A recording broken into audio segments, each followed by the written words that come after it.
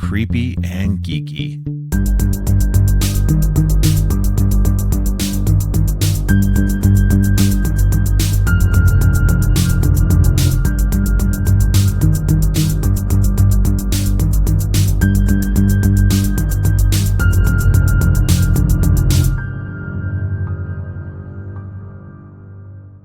Welcome to the double feature podcast of horror and more. Today's episode is the finale of my Halloween series, and we're discussing the Rob Zombie Halloween movies with Ariel Powers-Schaub. Ariel is a Hello. senior contributor to and admin assistant for Ghouls Magazine. She also has a book coming out in 2024 about the torture porn genre. Welcome back to this show, Ariel. Ariel. Hey, it's all good. No, thanks for having me. I'm excited to be here. I'm so excited to be here that I interrupted you during that lovely intro of me. So clearly I'm stoked for this discussion. That's okay. You're not the only one who's done it. So we're just so happy to be here. Yeah, which is great because I'm happy to have you here. Yeah, it works out. All right. Well, before we jump into the Halloween movies, I have a new thing that I do. You've already been on the show before, but we've never done this. So we're going to do it today. And so that is, what is your first horror movie? Yeah, I love this question. I wish I had a more vivid memory of it. Mhm. Like I've said before, I don't really remember a time in my life before horror. Like it's just sort of always been there. But it probably was the Stephen King's It miniseries from 1990. And I don't think I probably saw it in 1990. It was probably a couple of years after that, but my family had it taped off of the TV because that's what you used to do back in the day. Right. And, it was made for TV. So I think my parents figured like, well, it can't be that bad. And they're avid Stephen King fans, so like they know the story. But they were like, okay, well, if they can show it on TV, our 5-year-old can probably watch it, which who knows if that logic tracks, but I turned out fine. Totally fine.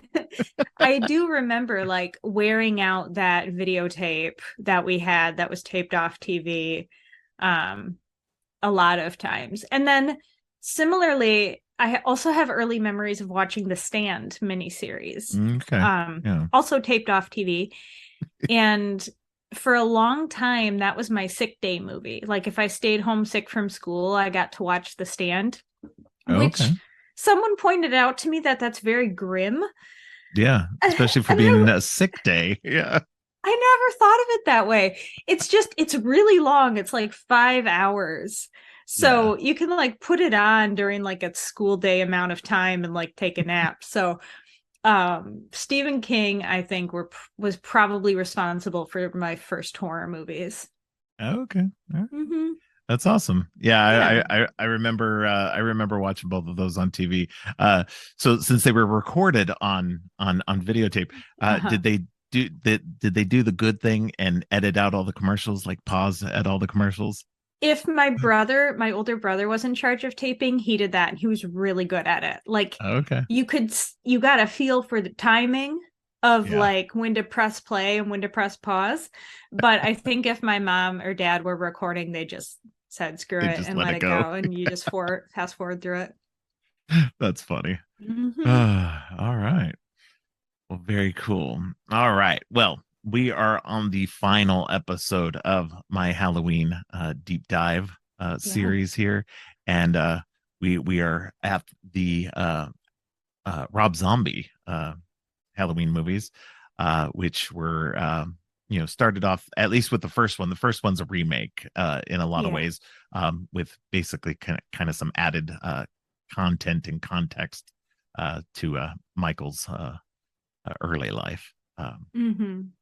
So when did you first see this and how did you see it?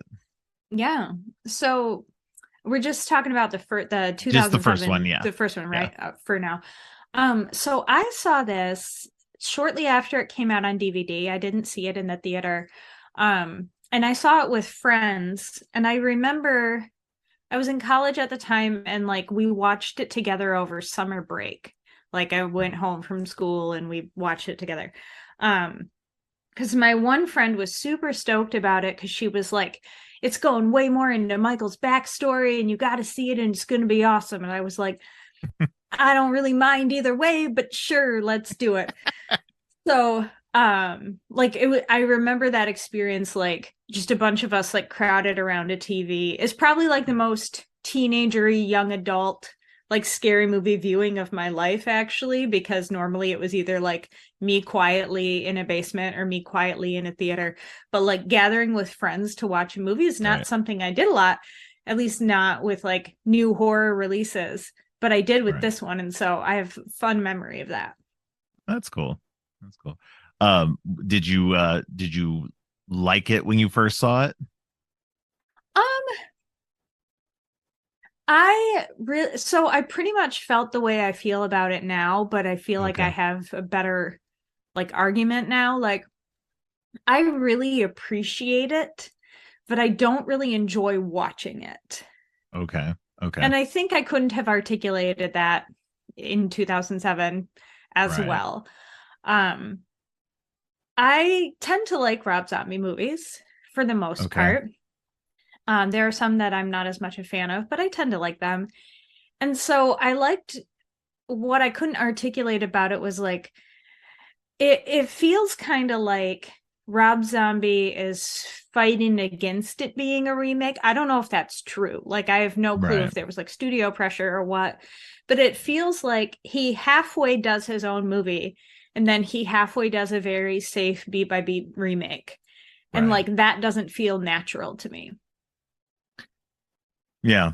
No, I get that. Yeah. From what I've read, because I tried to do a little bit of research. Mm-hmm. I'm a big fan of the IMDb research on these movies. Yes. Um, so yeah, give or take whatever, usually it's gleaned from the making ofs and the Mm-hmm. uh um, commentaries.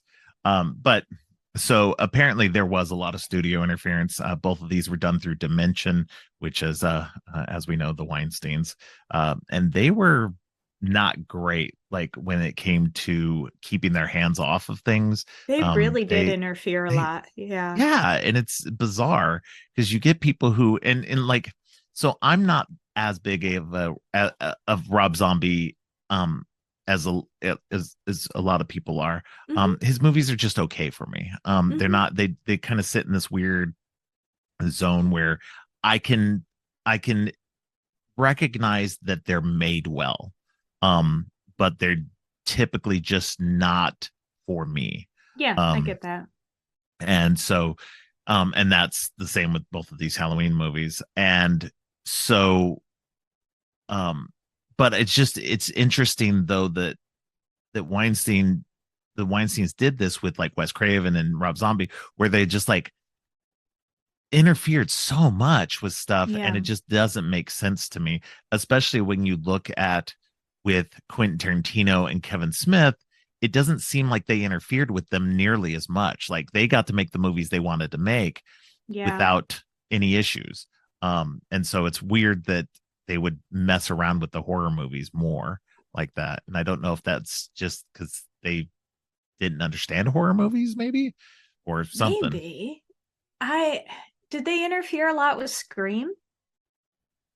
I don't think the first one, maybe, but I feel like um I mean, Scream 3 is cut all to hell for lots of different reasons. well, Scream 3 had a lot of issues because it came out the year after the events in Columbine. And Yes. so that made a lot of things uh have to be changed. Mm-hmm. And so, and understandably so. Yeah. And plus and I kind of go into this in an earlier episode, but it's the writer of number three, because the number three wasn't by Kevin Williamson, it was Aaron Kruger. Aaron Kruger hadn't seen any of the Scream movies, and I guess That's wasn't right. a big fan of them at all, and maybe not even a fan of horror in general. So it was kind of like, okay, then why did you have this guy do this? And Yeah. so Wes Craven ended up, and he didn't have a feel for the characters. So Wes Craven ended up having to do a lot of rewriting while shooting. So to get things back on track with Yes. what the characters were actually like and stuff. So that's why things are a little funky in number Hmm. three. And so I give it a big pass. It's actually like my Definitely. second favorite I of the really whole like series. 3. It's Yeah. nice to meet another fan because nobody likes 3 and I really Nobody like likes number 3. three. I know, but Yeah. I do. Um Yay. So and I know um that the Weinsteins also really interfered in the Black Christmas remake a lot. But oh yeah. so I don't know, maybe it's a certain type of horror that they felt they really needed to Yeah. have control over. Who knows? Yeah. So I mean they in regards to Wes Craven, they may not have messed with Scream so much, but they really messed up Cursed. And that's a whole nother story. And so it's just so going into this one, I know that there was that Rob Zombie's gone on record and said that after the ordeal of dealing with number one, he wasn't even going to do number two at all. But then they Yeah. were going to continue it, and then he was just like, "Well, I guess I'd better do it so nobody messes it up." So and we'll get to Hmm. that in a little bit, but Yes. yeah, but like for me, this movie, I feel the same way you do.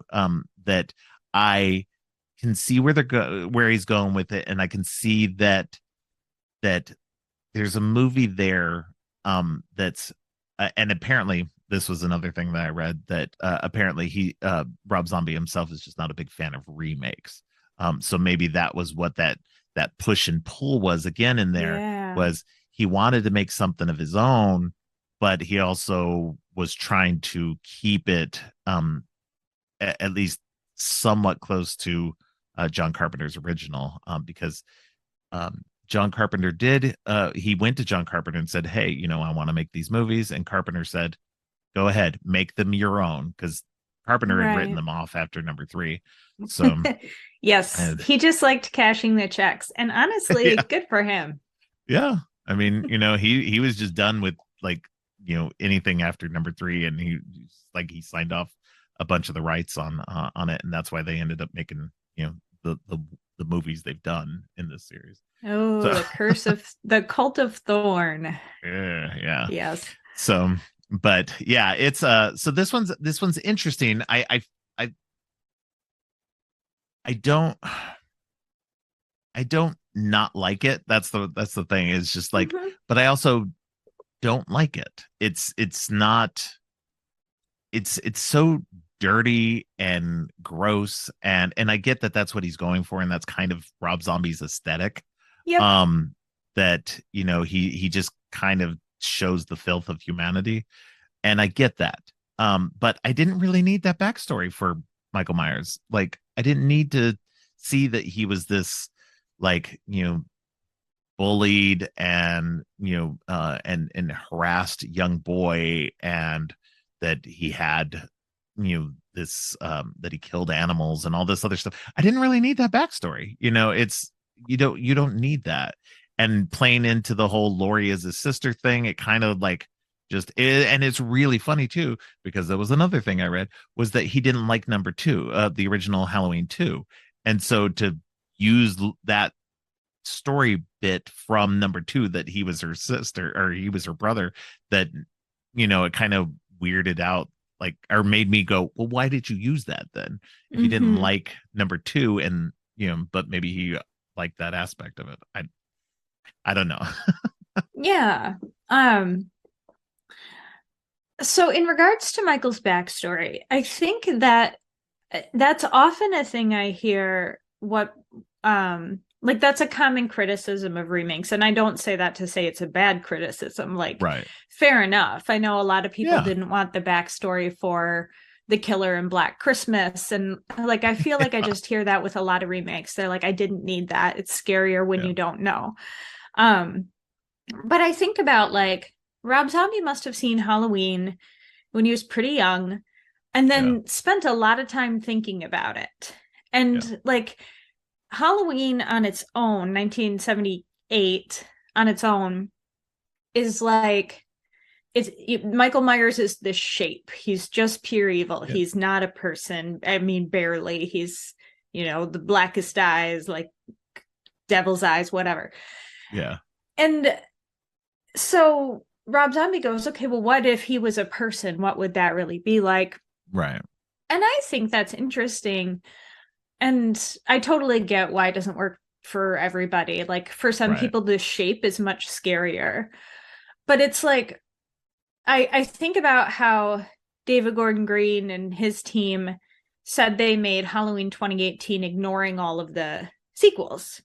Right. You can debate whether or not you really feel like they did, but that's what they said they did. And Right. like Rob Zombie did not do that because he kept that detail of Laurie being his Right. sister. And also he said, like, what if Michael's universe was more expansive? What if we look at Michael and like what if we look at how messed up Laurie might be if she found out Yeah. they're siblings. And to me, I remember a lot of criticism around this time, just like anecdotally. I remember hearing people say, like, oh, he's focusing on the killer and that's wrong. The thing that makes Halloween good is that it focuses on the victims. And I get that, but I also think like focusing on Michael Myers' backstory doesn't take anything away from Laurie. I No. think the character of Laurie is really great in Halloween 2007. Right. No, I agree. I think that Laurie gets just as I know she doesn't come in until like close to an hour in, but Mm-hmm. there's still almost an hour left at that Yeah. point in the movie. So and I only got to see the theatrical versions for both of these movies right Okay. now. So I didn't get to see whatever was in the unrated. Uh and but so this one, the first one clocks in at an hour and 50 minutes. So you get a lot of Laurie in that. Like once it shifts to her um story and everything like that, it becomes very similar to the original movie in Yeah. a lot of ways. um and that's fine. I'm not one of those people who is like, oh my god, don't remake something because it's a classic. It doesn't take away from Mm-hmm. the original. Like Right. remakes don't take away in my opinion. Sometimes they can actually be really good and do a good job at expanding. I don't think that this movie necessarily is bad in any way, shape, or form for expanding on Michael's history. I think that it's interesting in a way. But I also think that just I don't know, it's not, to me, it's not done well enough to make it more interesting, to make him more interesting. That's my problem with it, is it doesn't make him more sympathetic, or and he's not trying to make him sympathetic. I understand that. He's just trying to say, hey, this kid was evil to begin with, and just kind of expanding on that whole thing. So Yeah. it's just, go ahead. Well, it's just I know what you mean because it's like we spend like half the movie learning Michael's backstory, and then we spend the other half like speed running a remake of the original. Right. And so you don't really feel like there's time to do either thing super well, super solidly. That's how I Yeah. feel about it. Yeah, no, and I agree. I think that it's and again, the movie's not bad. It's not bad for what it is. It's a good movie. It's a good remake. It's trying to basically update um Mm-hmm. what happened. I think it's a little off with the timing, though. It's a little weird because it seems like the early stuff with Michael's in like 1978, but then everything with Laurie is now in 2007. Their cell phones, modern Yeah. cars, everything else is going on. I'm like, but it's only supposed to have been 15 years, or 17 years even. So it would have been 1990 when he would have originally killed his family and everything. So it's just like, But the look of it is so 70s. I had to so double check 70s. that I when did I too. yeah, when I recently watched it, I was like, and I think there might be a title card or something that says 1990, or maybe there isn't, and I just I don't put think one there there because I was. needed it. Yeah. Yeah. Okay. Or maybe it's in the unrated Oh, maybe. version. I don't Yeah. know. But yeah, it because it looks so 70s and there's not really anything that like there's no technology that places Yeah. it in 1990.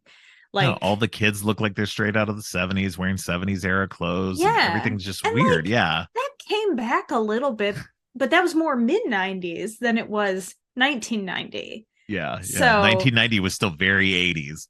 So, yes. And I feel like maybe that's just like Rob Zombie's aesthetic choices are always going to yeah. be heavily 70s influenced, but it is a little confusing when then suddenly you're in 2007 with the high school girls. Yeah, no, it was very, very confusing. I actually had to look it up because I was like, I wait, did too. because when I read it too, like something said, oh yeah, he's stuck to the same time frame of 63 to 78, and I was like, that's not right. He's like, No. that's not right at all. And so, because definitely the stuff with uh um young Michael was way early, because I mean even Loomis was like looking very 70s with the Mm-hmm. like the glasses His and hair. the long hair and Yeah. everything. So it was, yeah, I think he was definitely going for more of an aesthetic thing and going for a feeling of Yeah. putting it in the 70s, the late 70s maybe, and just fudging the timeline just to do it. Because I would have been okay with it going from 78 to like 93 or 95 even if you were going to do that. But then one of the girls was talking on a cell phone and I was like, well, Right. and a 2000s era cell phone. So I was just like, that doesn't really work well for me. Yeah. Anyway, all that aside, but No, it was the same conversation I had with myself to be like, what year is this and what do I think of that? Because one of the things I really like about Rob Zombie movies is his aesthetic.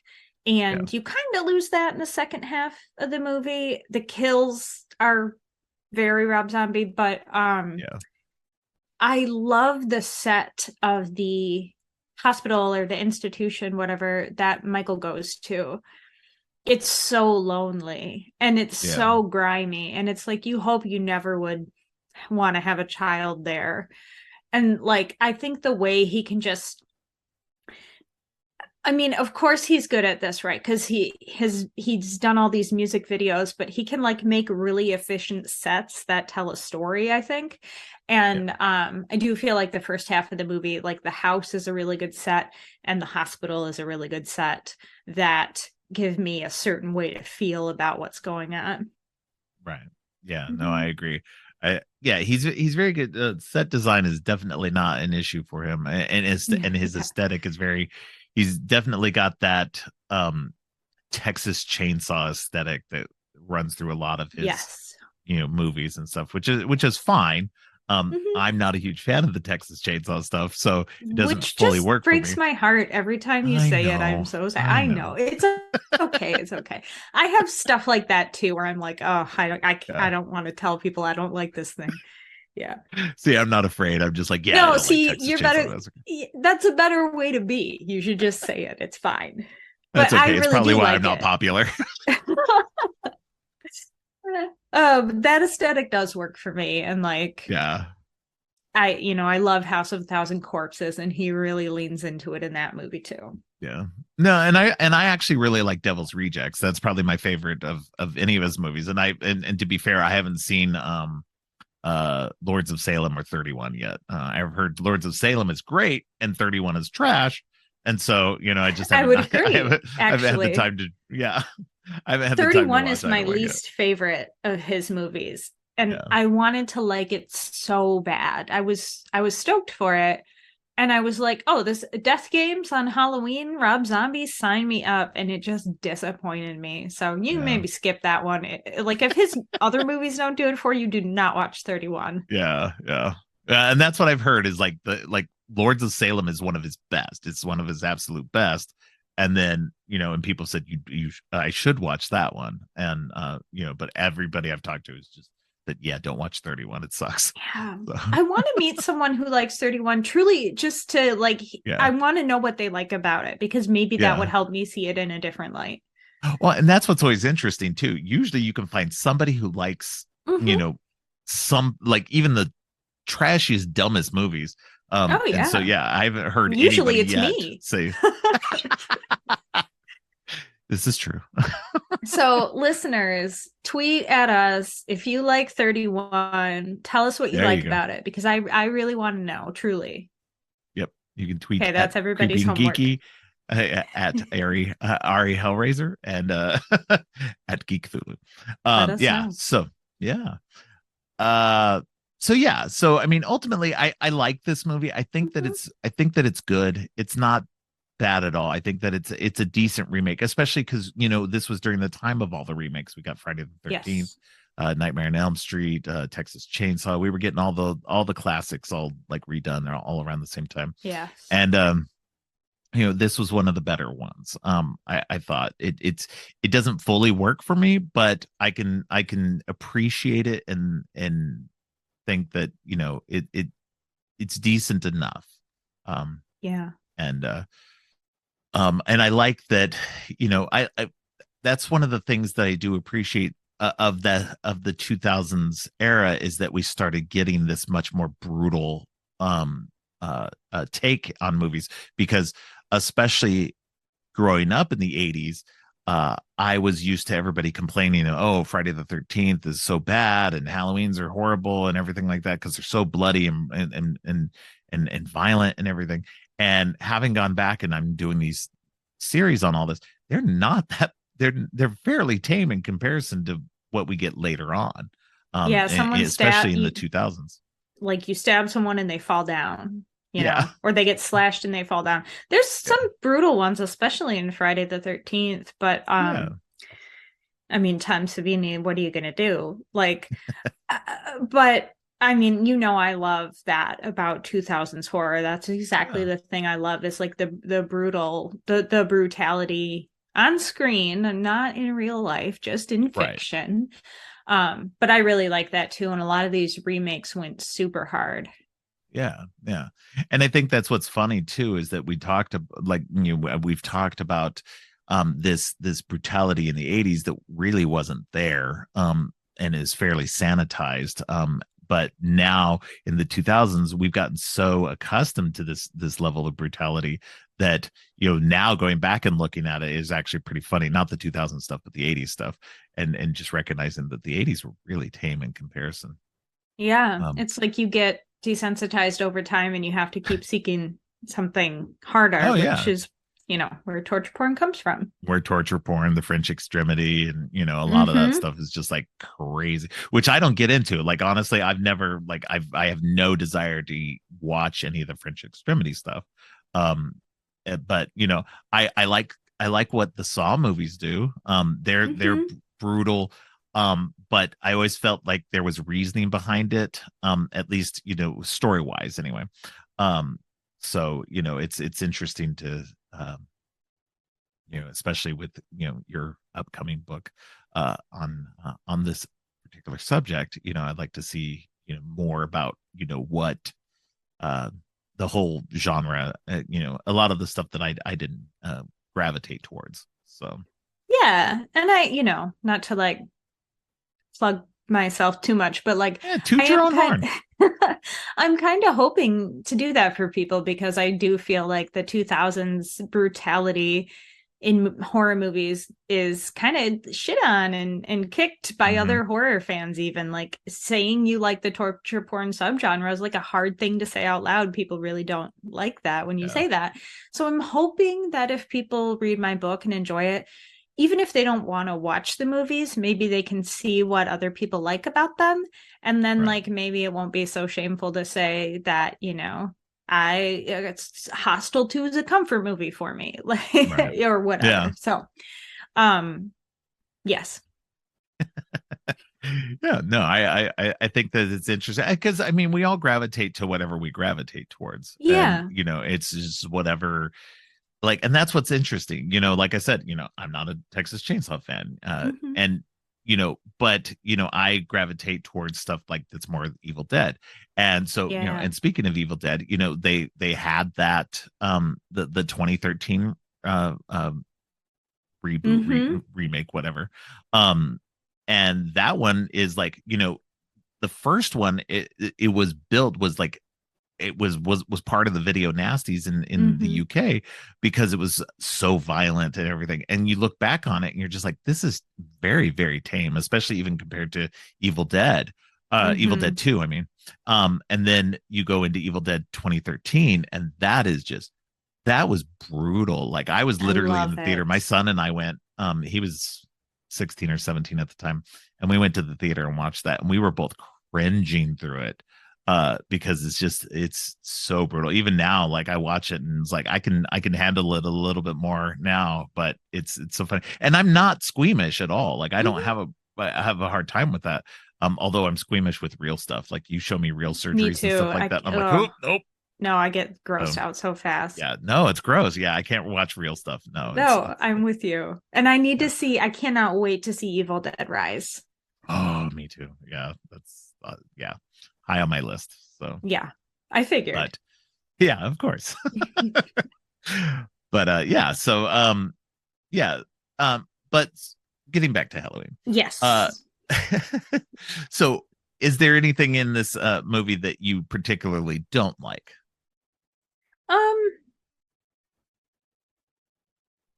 so something it stands out to me, and I'm kind of like, it's not that I necessarily dislike it, but it seems like such an intentional choice, and it's kind of worth picking apart. Um, the kills of women and girls in this movie are very drawn out compared Mm-hmm. to the kills of men. Yeah. Um, like it's a very stark contrast. Like Laurie's dad gets killed like very quickly and I think off screen even, whereas Laurie's Yeah. mom's death is like a fight.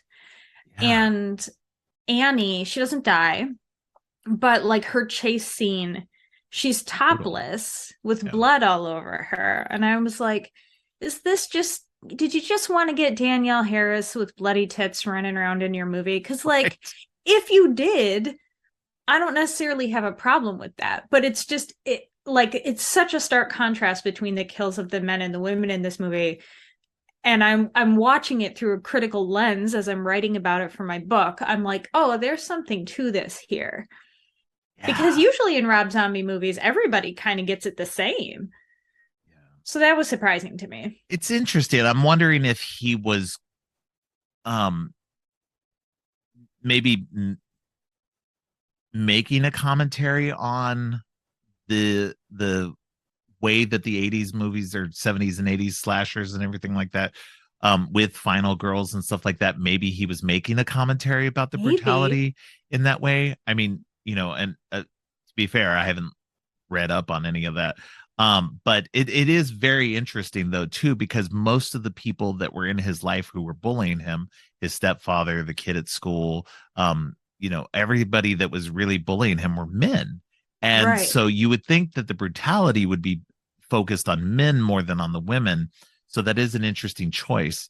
Mm-hmm. Um, and I did read that yes, Danielle Harris, to do the role, she was required to be topless throughout it, but that was something that she actually wanted to do as well, because she was known as Jamie Lloyd from Yeah. Halloween's 4 and 5. So she'd already been in the series, and she wanted to be taken more seriously as an adult actress. And so she was just like, well, if I go topless and they can all see that Jamie Lloyd's a grown up now, then maybe I'll start getting better roles. And apparently it worked for her Oh, good for actually. So she her. started getting better, more grown up roles and stuff. So I'm just like, so I Strategic, can't, yeah, I can't hate on that one. And No, then not at all. If she wants to the, take her top off, my God, more power absolutely, to her. absolutely. And then the one who played her friend uh Linda, Mm-hmm. um I think I can't remember her name. But I guess her family's from Germany. So nudity wasn't an issue. So she didn't have a problem with the nudity either. Oh, Um interesting. yeah. And what's interesting about that too is that I found out that she's actually the actress from the My Bloody Valentine remake in 2009, where she's got the extended nude scene where she's being chased by the miner as You're well. right. And that was actually her choice as well. Well, that's She like, good. yeah, it was supposed to be, she was supposed to be in a sheet or covered up in some way, and every time they filmed it that way, it didn't work. She would trip or something like that. So she was just like, let's just do it full nude. I'll be okay. It'll be fine. And so yeah, so it's interesting that at least with Good. these two actresses, they were choosing to do these roles in that way because that's what they want. It was required, and so, but it was also something that they were more than willing to do, which is always Yeah. good. No, I am like that is good to know, and just like I gotta support that, especially knowing like how Danielle Harris kind of got did dirty on Halloween 6. Like, I'm Yeah, glad she had more agency going forward, and then she does the Hatchet movies yeah, as well in this decade, and so she clearly, I mean, I thought her performance was great. Everybody's yeah. Okay. performances was great, actually. No, yeah, I think everybody did a spectacular job on this movie. I mean, Mm-hmm. I've got no notes on anybody's acting, being bad or anything. Good. Everybody did a bang up job. I think Scout Taylor Compton did an excellent job as Lori. Um, Mm-hmm. and I think that that the and this goes into the number two. I think that she elevates it even farther with what she does in that, even though I have more issues with the second one. So yeah. But yeah, I think that Danielle Harris, all of them do a really good job as the friends. Mm-hmm. Yeah, I do think it's a little weird that the kills are much more brutal and much more played out for women in the movie. It's not something I grabbed onto until you mentioned that, but yeah, it's very odd for sure. It's something. It stands out Yeah, to me, and I don't know what it means, and it's something. yeah, Who yeah. knows? Um, yeah, and I think you know, going on to Malcolm McDowell as Dr. Loomis, I think he did a pretty good job. I think that it's a little bit more fleshed out again, because we get to see Mm-hmm. him earlier on with Michael. So we get a little bit more of you know more than just the crazy doctor running around saying he's evil. I shot So him 6 times. Love so it. yeah. So yeah, and Malcolm McDowell, like Mm-hmm. I've enjoyed him since kind of around the mid 90s or whatever. I've actually never watched Clockwork Orange, so I don't know, and I haven't seen much of his earlier work. So but I know he's a great actor from Mm-hmm. all the stuff that I've seen him in. So Yeah. I do like his Loomis, especially in the first movie. yeah, Mm-hmm. yeah, yeah. Definitely more in the first movie than Mm-hmm. yeah. So um do you have a favorite kill or favorite scene in this movie? Honestly, my favorite scene is the end when Lori finally goes bananas killing Michael. Right. Because something that is really interesting is that like she doesn't know that they're siblings. She has no idea Right. what's going on. No one has told her. No She one's doesn't really know had a why he's chance to after her. tell Yeah. her. Yeah. Yeah. So she's just kind of like, "Who are you? I don't know you." He shows her a picture. She's like, "I don't know these people." He Yeah. dragged Linda down to this basement. She's like, "Oh my God, my dead friend is here." So it's just like overwhelming in every way it could be. He almost kills Yeah. her. She has the great interaction of, "Is that the boogeyman?" And then she gets pulled out of the car. So when she finally triumphs and kills this, kills Well, it in, was supposed to be killed. whatever. He, yeah. He shot him several times. Um, so when she finally does that and she just sort of screams this cathartic scream, it's like, yes, you have earned that scream. Like Oh yeah. this, Yeah. who she does it. I don't even think she knows at that point that her parents are dead. No, no, no. Like Yeah, she doesn't find out till it's later. gonna Yeah. get way worse for her, but like Yeah. she doesn't even know how bad it is, but we do. And she just puts all her energy into doing this kill. And the way it's shot with a lot of like shaky cam, I think could be really cheesy, but Yeah. it's not because the action is there and the editing just like enhances it instead of trying to make the action come from the edit. Um, Right. so I just that scene just gets my like heart beating really fast with like fear and also excitement for Lori, but also sadness and then you're left at the end of the movie with that. Yeah. It's like sick Yeah. feeling. I love it. Yeah. Oh yeah. No, it's like, well, and that I think plays into a lot of what a lot of that kind of torture porn esque Mm-hmm. era too, is that just that like that that brutality, that like in bit, like you're so like shaken like to your core, and that Yeah. you've killed the person that's been coming after you and everything like that, and you've done everything that you can to stop this, and then Rob Zombie's intention was that she killed him, that this was supposed to be, it was supposed to be a one and done. He was not coming Mhm. back for a Mhm. second one. Like I mentioned earlier, because it was such a bad experience for him. He was just like, I'm done.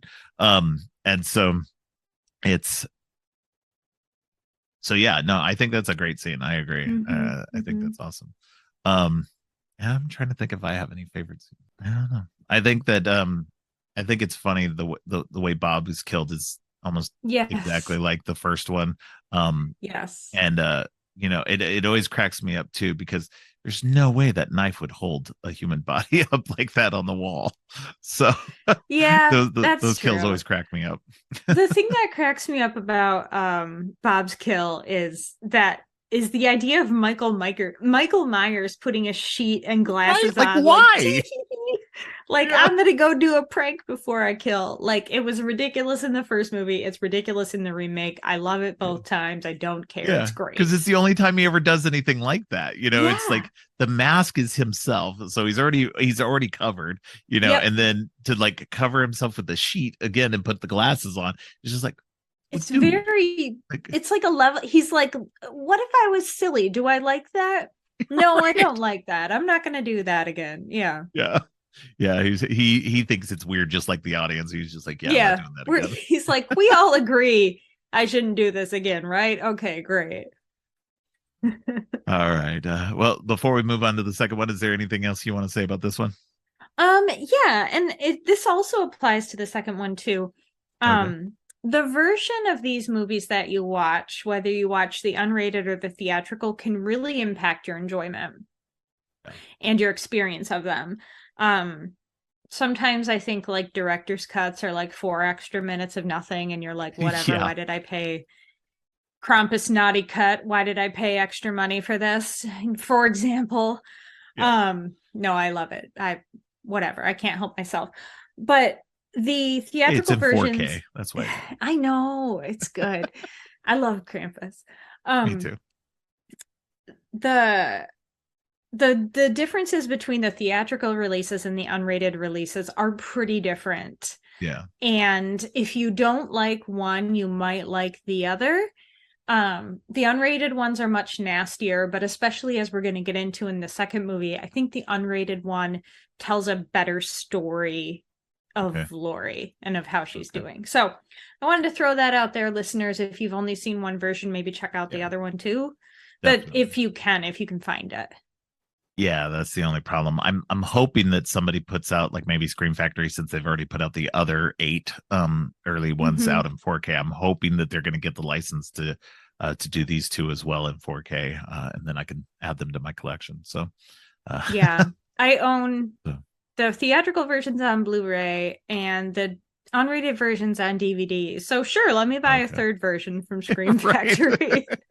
Well, see, and I actually, when I first, this is what's funny, is that when I got into horror big time, I was like, okay, I'm gonna deep dive into horror finally.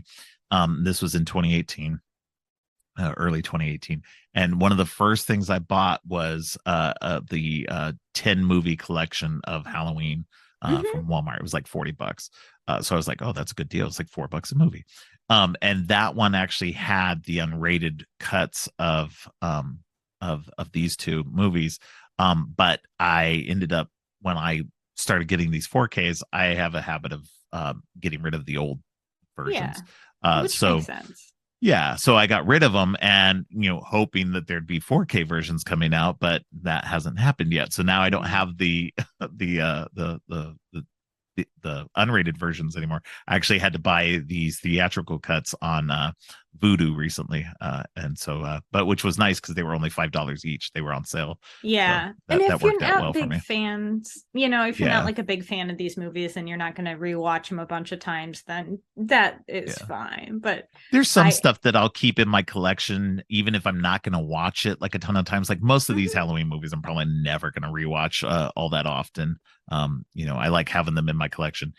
just in case, and Yeah. Or because they're the like, big ones. So exactly. And if you have a friend who's like, I've never seen a Halloween movie, you're like, I yeah, can fix that. I like yeah, that too. yeah, exactly. So yeah. All right. Well, let's go ahead and jump into Halloween 2, which is the Mm-hmm. sequel to this one that we've been talking about. 2 years came out 2 years later in 2009, but Mm-hmm. set only 1 year later after the events of uh, uh, the first one. Laurie is now in therapy, like dealing with uh, super fucked up bad dreams. Um, Mm-hmm. and Michael, unbeknownst to everybody, Michael is alive and well and uh, uh, Unmasked. unmasked through most of it. Yeah. And even Yeah. when he's masked, like half of it's missing too. So it's like, Yeah. yeah, it's interesting. Mm-hmm. Yeah. So this one is it's not that I dislike it. I really I don't dislike it, and especially after having watched it again and everything like that, I really get where he's going with this. Well, I get partially what he's going with this. Is this notion of how fucked up this made Lori, how fucked up Mm-hmm. this would make anybody. Just this amount of trauma to have dealt with, and which is interesting though too. Like we've gotten this in other movies earlier than this, but it seems like a renaissance of them have been the last few years of this grief and trauma in horror movies. And I know a Yeah. lot of people Mm-hmm. complain about it now too, because they're just like, oh, can we get away from that and just get back to regular horror movies? And I'm like, no, I like it all, Yeah, so if it's same. done well, it's done well. Mm-hmm. So, and I think this one's mostly done well. A lot of the dream sequence stuff kind of messes with me and messes with the perception, and I think that's intentional on his part too. I think he's really trying to mess with the audience, and Mm-hmm. trying to give us this dream, like what's real and what isn't real aspect of Yes. it, because it's for us and for what Laurie's experiencing as well throughout the movie. Mm-hmm. So Yeah, I have the uh same take on that, on okay. the like the dreamy, unclear if they're actually dreams. There's one part where it's unclear if Laurie's like possessed. Yeah. And I that really works for me. I really like that. That to me is what makes this feel more like a Rob Zombie movie. And I was like, yes, thank you. This is what I was looking for. I really like this movie. Right. Yeah. Spoiler alert. I like it a lot more than the first one. I will watch it more Okay. frequently. And I like I've it because heard. it Go ahead. Sorry. no, that's okay. It just like all the weirdness in it feels like Rob Zombie to me, and I like that. And it is like, we joke about Jamie Lee Curtis saying trauma in all her interviews before the Halloween remakes coming out, and the way she said it and stuff. But this 2009 Halloween 2 really is a look at trauma. Like before, Yeah. that was the hot thing to do. And you've got how Laurie reacts to it, which is she's really fucked up. Like in the unrated version, you can tell like she's on drugs and she's drinking a lot and she's really not doing Yeah. well. You've got Annie, who sort of reacts the other way by going like, I'm going to get really healthy. I'm going to spend a lot of time with my Yeah. dad. I'm going to spend more time at home. Life is short. You've got Dr. Loomis, who flips it into an opportunity for fame and turns Yeah. into a complete jerk. And Linda's dad, who comes to see Dr. Lewis at like his book signing, he's completely grief stricken and very angry. And Yeah. so, like, I think this movie really has a lot of nuance and layers to it for Yeah. looking at all these different ways to react to things. And like, Laurie's not spending as much time with Annie anymore, even though she lives with Annie, Even though she lives because with her. Yeah. Annie reminds her too much of the things she's trying to push past. And she spends time with her other friends because I don't even know if they know what happened to her. They don't know fully what happened to her. Like they weren't there. They don't know the extent of it. So she's like, I can pretend it never happened if I go out and get drunk with them. So yeah, I think there's a lot to it. Yeah. No, I like, as much as like I don't really have issues with the movie. I just think it's one of those. I just think it's because of its dreamlike quality and because at times it's incoherent. Yeah. Um, and that's not a dig. Because it's definitely meant It's to be meant to that be way. incoherent. Yeah. And so because this is the thing, this movie was messed with even more than the first one by the studios. Really? Yeah, there was a That lot is more surprising. studio intervention. There was a lot more um uh from what I read, Rob Zombie even thought people were like crew were sabotaging the everything that was going on. Oh, I They never actually knew filmed down that. here in Georgia, as opposed to being in California, so they had problems with the elements. That whole sequence where Lori comes out of the hospital in the rain and stuff like that, that was literal real rain. That wasn't like rain machines and stuff. So they had to they just worked with it as best they could. So yeah, it's Wow. yeah. So it's like, so I think he made the best movie that he could. And like you said, it's the most Rob Zombie of the two. Um, Mm-hmm. and I have heard from other people that number two is their favorite Mm-hmm. of these two. That they like it a lot more because of that aspect as well. And maybe that's why I like it a little less than the first one, because That would I track. obviously not as Yeah. big of a Rob Zombie fan. Um, but and some people are like, okay, well, the reason why we have the whole Michael's mom throughout the whole thing is just so that Cherry Moon Zombie would have a part in the movie because he puts her in I everything. mean, And yeah. I'm like, yeah, okay, I get But that, but Michael's it seeing serves a visions of story his purpose. dead mom, and Yeah. like I don't really think it's her ghost. I think it's his No. idea of what her ghost would be Yeah. because It's she's definitely part telling of his him to kill. psychosis. Yeah. Exactly. And I Yeah. don't think she would tell him to kill. So like No. I don't know. I'm like, sure, give Sherry Muzambi a part. That part makes sense. I'm Yeah. cool with it. Yeah. My like so I guess my like part of my problem is that why does his psychosis end up merging into Lori's? Because Lori starts seeing that kind of stuff as well throughout it. And so Mm-hmm. that it almost brings in a supernatural aspect to the movie that wasn't there. That it I don't think that was intended originally. But maybe through this, he just kind of leaned into it. Um, Yeah. It's hard to like really pin that down. I mean, the fact that Michael Myers survives the end of the first movie makes yeah, me feel like, is there something supernatural? Did we have to, throw that in there? Are we just not supposed to question it? Like, who yeah, treated his wounds? He didn't go to the yeah. hospital. No, Um, and he it's just woke very up and unclear. left. Right, he just walked it off. Yeah, Like, is his mind merging with Lori's? Is Lori yeah, imagining that's what's happening? Because Lori's problems really started after, like she really spirals after she learns that they're related. She's not yeah. doing well before that, but she starts to have all these like visions and things after she learns that. And so, Right. is it just in her head or is it something supernatural? And then the endings of the theatrical and the unrated sort of Right. give a different idea of like what that could be. So um I don't know, and Yeah, I'm just okay with that for this movie.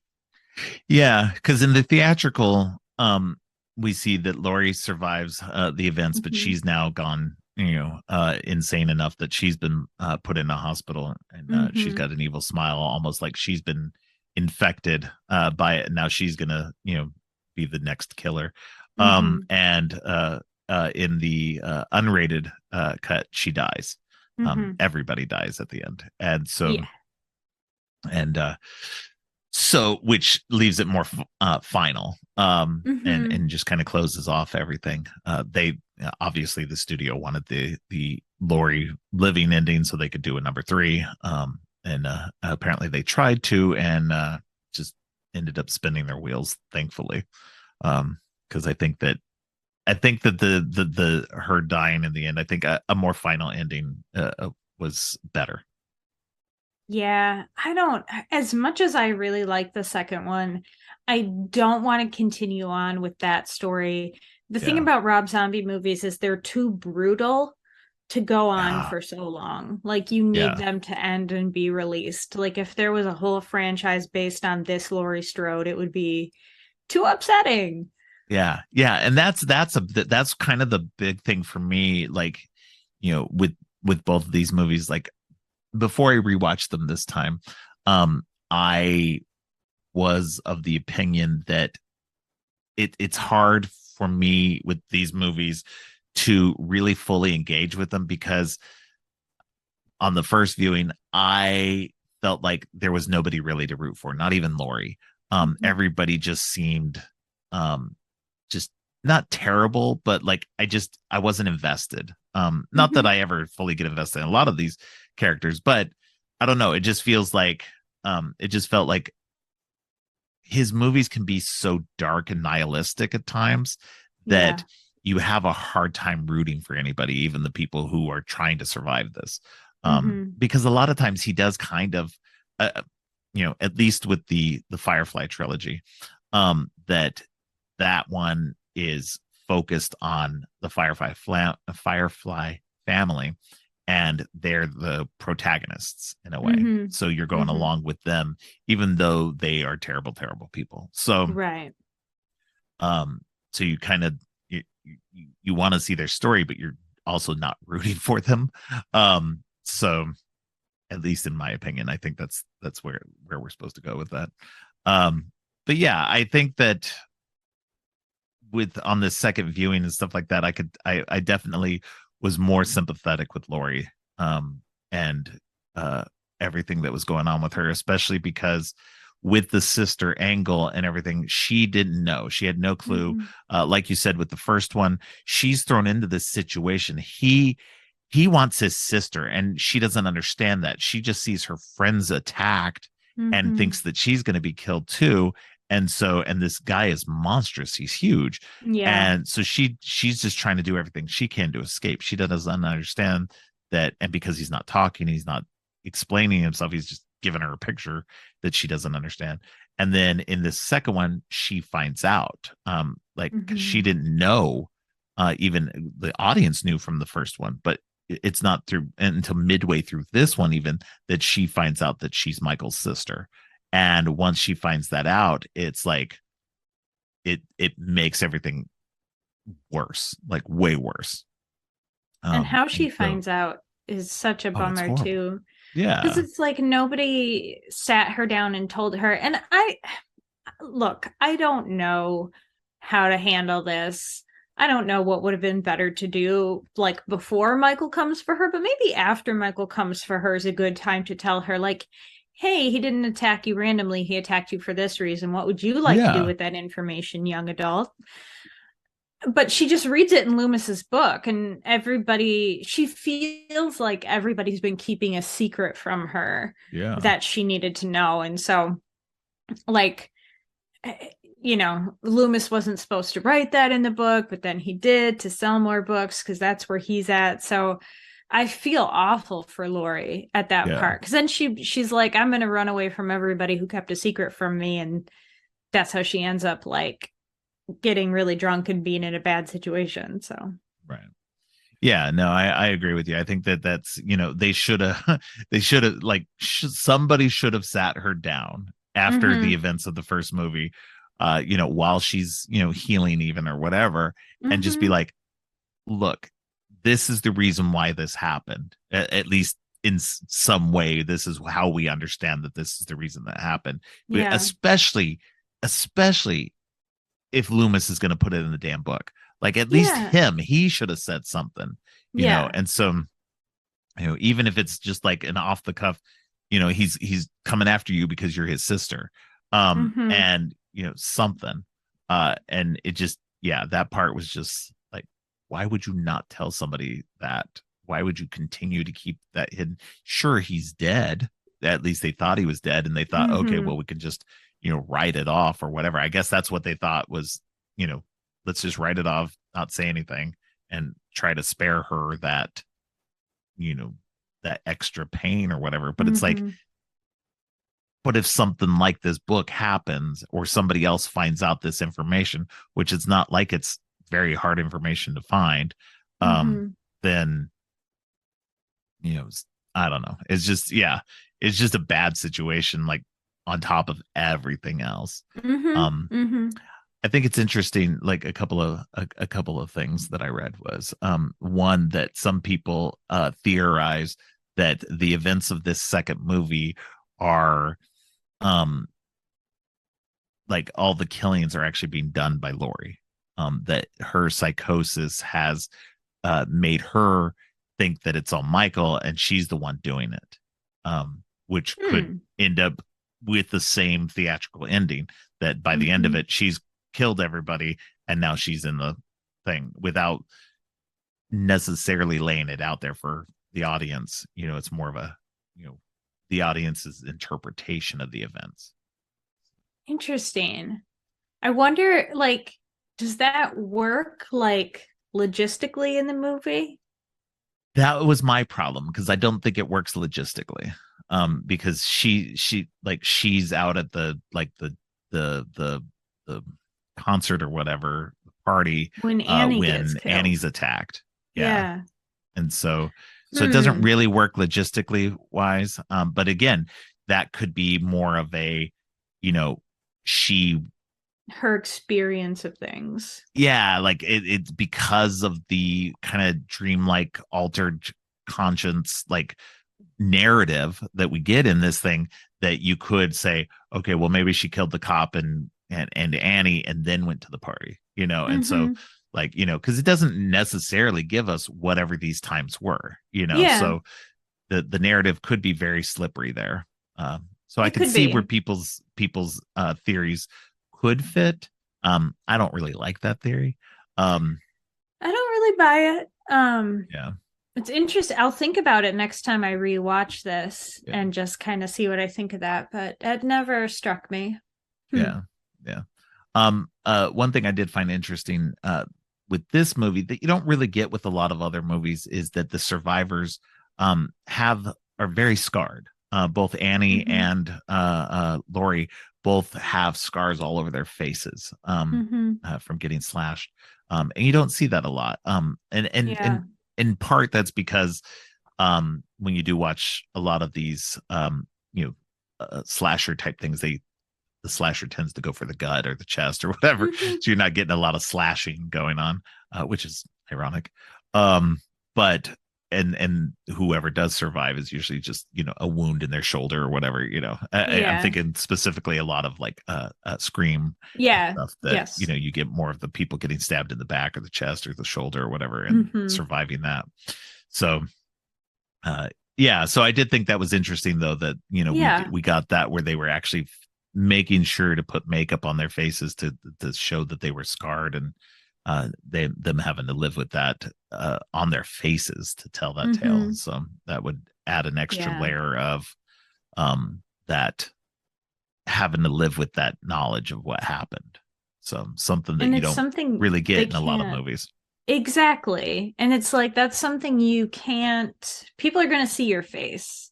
So Yeah. unless you have like surgical intervention, which I guess you could do, you're always going to have to go back to that story. And maybe you come up with a lie, a different story when people are, Yeah. if people are ever like, hey, how did you get that? Like you, it's going to trigger that memory. And I think it's a Yeah. really good visual representation of how as much as they can move past it and deal with it, that night is going to be that night's going to be a part of them forever.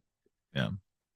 Yeah, I thought that was an interesting aspect of it that you know that adds another layer to it that you don't necessarily think about, and it's not mentioned at all. It's just something I Mm-hmm. noticed, and Mm-hmm. that, you know, and as much as, you know, like you said, it's something that they themselves, you know, that sure they're gonna have to, you know, somebody will ask about their scars or whatever, but they also have to see it in the mirror all the time, you know, Yep. because I mean it's Yeah. one thing you can cover your body, you can cover the scars on your body and stuff, you really can't cover your face as much, and so Yep. it was an interesting aspect of that. So Mm-hmm. um let's see, was there anything that you didn't like about the movie um that stands Um, out to you? Nothing that jumps out at me really.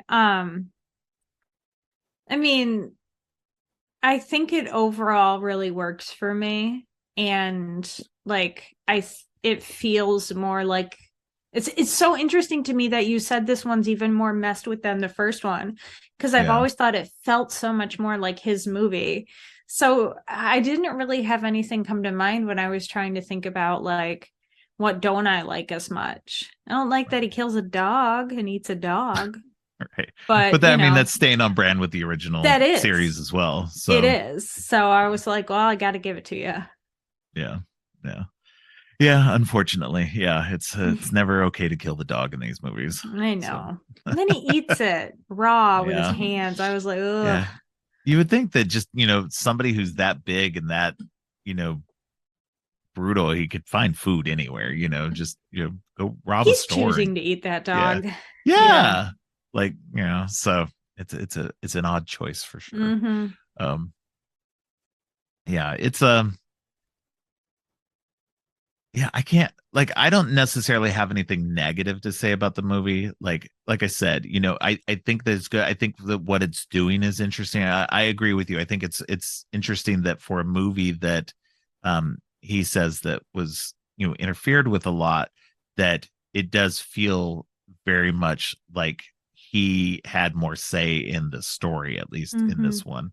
And I think that's probably where, because the first one, because they were doing a remake, a quote unquote remake, that he could add in what he wanted for that one to a degree, but with the second movie, as much as it was kind of messed with or whatever, this one was more of his story. This one was more of Yeah. his interpretation of the Michael Myers mythos. This is a And sequel to that first movie more right, so than it is a remake of Halloween 2. yeah, exactly. Mm-hmm. So, and I think that's, again, I think that's a good way to go. If you're going to, sure, remake something, make that first movie a remake of something, but then kind of chart your own path. Mm-hmm. And I think, Yeah. that, that's always a good way to do it, especially with this kind of stuff that, it just reminds me of the way that the Scream movies are. Now, the Scream movies are a continuation, even Mm-hmm. though it's a remake, that number 5 was a remake in a way that it's still a continuation of that overall series, though that I feel like they did a good job at um doing that quote unquote remake with the original people, that legacy sequel in a way, and Mm-hmm. now they've charted their own path out of that in a way as well. It's So it's well done. It's wise. yeah. Um yeah. They Yeah, they and nailed I think it. it's this. Yeah, and I think that's the same way with like the Evil Dead 2013. Like, as much as that is in a lot of ways a remake, they actually made it their own as well. So Mm-hmm. it wasn't like, so if you can do that, and that's the way you make a remake slash Mm-hmm. sequel. So, and again, like, This the word go ahead. requel is so perfect. Just Yeah, it use the really word is. requel. It's Yeah, so yeah, good. yeah.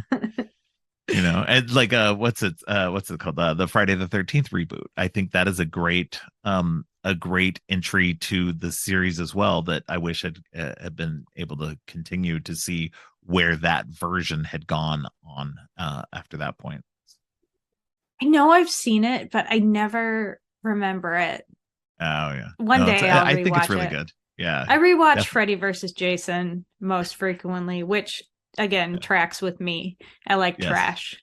So Yeah, I mean, I liked Freddy versus Jason. I think it's one of I the do best too. ones. I like it So yeah, too. they're definitely give the reboot another watch, because I think you'll like Okay. that. It's actually written by the same guys that wrote Freddy versus Jason. Maybe Totally that's different why feel, I get them mixed up in my head sometimes. maybe. But Yeah, yeah, I'll have to rewatch it at some point. definitely. All right. Is there anything else you want to say about number 2 specifically Um, that we didn't talk about? just I really Annie's death is really well done. To me, it feels Yes, really earned. It's heartbreaking, so I don't want to very say I heartbreaking. like it, Yeah, but the sound, like the way the sound drops out when Michael kills in the second movie, I think is really interesting. And there's like this silent, slowed down chase with Annie that is just the exact opposite of what they do with her in the first movie. right. And like this one feels a lot more like someone actually running for their life. And there's just no hope. Like, he's got her this time. Yeah. And then Lori finds her, and she, like, Annie dies. Lori's holding her best friend as she dies. Like, Yeah. I think that whole scene is just really well done. Like, the gut punch lands for me. Yeah. Yeah, and being that, especially if you watch these back to back and stuff like that, Mm-hmm. you see how Annie, survives that first one, and it's brutal in the first one, but it's like, Mm-hmm. and this one's interesting too because you actually don't see most of what happens. You see the beginning and then you see the aftermath. And you, like, Um hear some of it, right? yeah. Yeah. Yeah. And so it's It's a so scary. yeah, so it's a lot, like in a way it's almost like he, because the first one is super brutal. Like the kills are like all pretty much on screen. They're Mm-hmm. all really gnarly.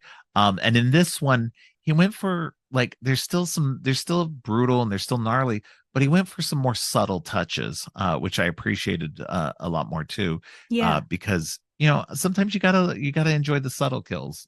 Yes. And the more off screen stuff, to make it kind of scarier, to make you go, the hell is going on? So Mm-hmm. Yeah, yeah. I'd agree. I think this one has more, like, tense, scary moments than the first one. All right. Yeah, I really enjoyed that scene as well. I think that, in terms of the kills or scenes in that one, that's probably the centerpiece in a lot of ways. Mm-hmm. Um Mm-hmm. uh because all the rest of them are just kind of like, okay. But that one's like you said, it's a gut punch because it's her best friend. She survived the first one. Mm-hmm. And especially if you're a fan of the series and you're a fan of Daniel Harris being in the series, then it's just like, okay, well, you know, little Jamie Lloyd survives the Yeah. first one and then uh doesn't make it past the second one. So it's like, Yep. oh man. So but yeah, no, it's I think I like the second one. I like both of them. I think they're good movies. They again, his stuff isn't totally my thing, but I can Mm-hmm. appreciate what he's doing with them. And so Yeah. that's ultimately where I land on these and his whole filmography so far that I have seen. So Yeah. No, I think that's great. That's so much better than some reactions I read online where people are like, anyone who likes Rob Zombie movies is stupid. And I'm like, hey, come on now. yeah, no. So I'll take It's Not For Me any day.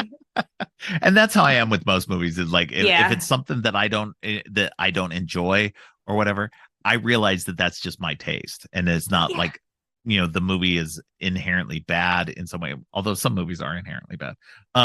That, but generally speaking, even when they're bad and people like those movies, I can go, okay, I'm not seeing what you're into, but but it's just not for me, Yeah. and you go ahead and enjoy that piece of trash movie, but I'll go and enjoy my piece of trash movie over here. So Exactly. One man's trash, etc. exactly. I'm a big fan of Maximum Overdrive. What can you say? Did Everybody you see like it's getting a steelbook? I did. I already have the Yeah. original Vestron video one, and I'm not a Of huge course you Steelbook do. person, so of Okay. course I do. Of course. Good. Hey, Vestron Video put out two of my favorite trashy '80s movies. They put out Maximum Overdrive, and they put out The Wraith. And so, Oh my goodness. I've I, not seen that. oh, I love The Wraith. It's a Okay. cheesy sci-fi horror movie with Charlie Sheen. So, Oh and boy. I believe Sherilyn Fenn.